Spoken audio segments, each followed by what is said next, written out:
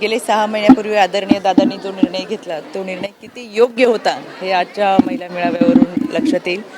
शहरी भाग, ग्रामीण भाग, आदिवासी वाड्या पाड्या अगदी गडचिरोलीपासूनच्या सगळ्या महिला यामध्ये सहभागी झालेल्या आहेत की दादा आम्ही तुमच्या सोबत आहोत आणि तुम्ही जो निर्णय घेतला त्या निर्णयाबरोबर आम्ही आहोत हे सांगण्यासाठी या महिला भगिनी आलेल्या आहेत. याचा हा आमचा नारी निर्धार मेळावा आहे.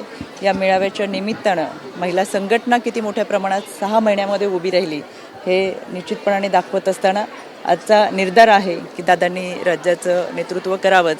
ही मातृशक्ती दादांसोबत उभी आहे, दादांच्या समवेत उभी आहे हा सांगण्याचा प्रयत्न आजच्या या नारी निर्धार मेळाव्यामधून होतोय. महाराष्ट्रामध्ये जिथं जिथं अन्याय अत्याचाराच्या घटना घडतील तिथं तिथं या आदरणीय दादांच्या भगिनी उभ्या राहतील आणि अन्यायाच्या विरोधात प्रखरपणे ठामपणे उभे राहत असतील. महाराष्ट्रातल्या महिला भगिनींना सुरक्षा देण्याचा प्रयत्न करतील. खरं तर लेक लाडकी योजना असेल, महिला चौथा धोरण असेल, DPDCमध्ये आमच्या महिला भगिनींना दादांनी दिलेलं स्थान असेल, पुण्यातल्या पहिल्या मुलींच्या शाळेमध्ये सावित्रीमाईंनी जी सुरू केली त्याच्यासाठी दिलेला निधी असेल, महाराणी सईबाईंच्या स्मारकासाठी दिलेला निधी असेल, राजमाता जिजाऊ माँसाहेबांचं कर्मभूमी जन्मभूमी असलेल्या सिंदखेड राजामध्ये पर्यटनासाठी केलेली व्यवस्था असेल, हे सगळंच आमच्या एका मातृत्वाचा सन्मान आहे.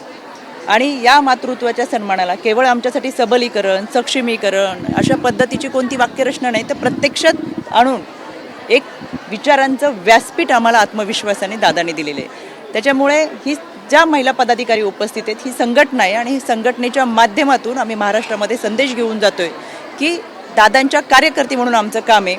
ज्याच्या काय योजना राबवल्या गेल्या त्या शेतकऱ्यांच्या असतील, कष्टकऱ्यांच्या असतील, कामगारांच्या असतील, महिलांच्या असतील, युवक विद्यार्थ्यांच्या असतील, ते आमची जबाबदारी आहे. संघटनेचे पदाधिकारी म्हणून आम्ही प्रत्येक घरापर्यंत जाऊ आणि खऱ्या अर्थानं महाराष्ट्राच्या विकासाचं धोरण काय होतं हे 6 महिन्यातला प्रयत्न आमचा या निमित्तानं दाखवण्याचा आहे. निलेशजी, मला असं वाटतं आजचा माझा कार्यक्रम फार सुंदर आहे. फार उत्साहामध्ये 2 दिवसाचा प्रवास करून महाराष्ट्राच्या कानाकोपऱ्यातल्या महिला भगिनी उत्साहाने आनंदाने सहभागी झालेत.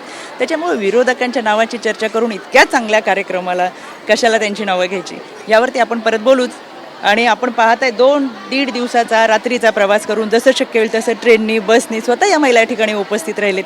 हा आमचा आनंद उत्सव दादांच्या एका भावाच्या पाठीशी माहेरवाशीण म्हणून उभे राहिले त्यांचा हा उत्साह. त्याच्यामुळे आपण विरोधकांवरती नंतर बोलू. खरं तर दादांकडे आता काही मागावं असं वाटत नाही कारण की आम्ही दादांना साथ घालायला आलेलो.